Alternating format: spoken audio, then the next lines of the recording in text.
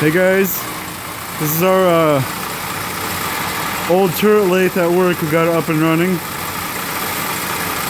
Looks like it's from the 40s. Yeah, let me try to.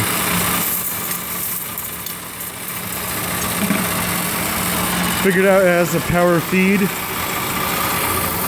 right here. Up. On your shoulder. Okay.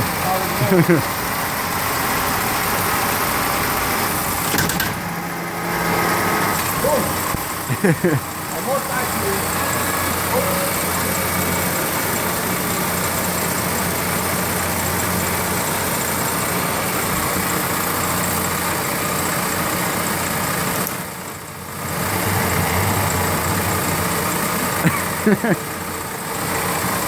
How you like it?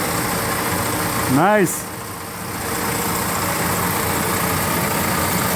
And Jimmy's favorite lathe. No mess around. Yeah. Old school CNC. Yeah. Before CNCs.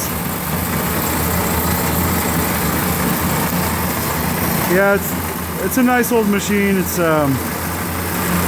really easy to use. Everything works perfect. Shows you that the old guys did a good job in engineering.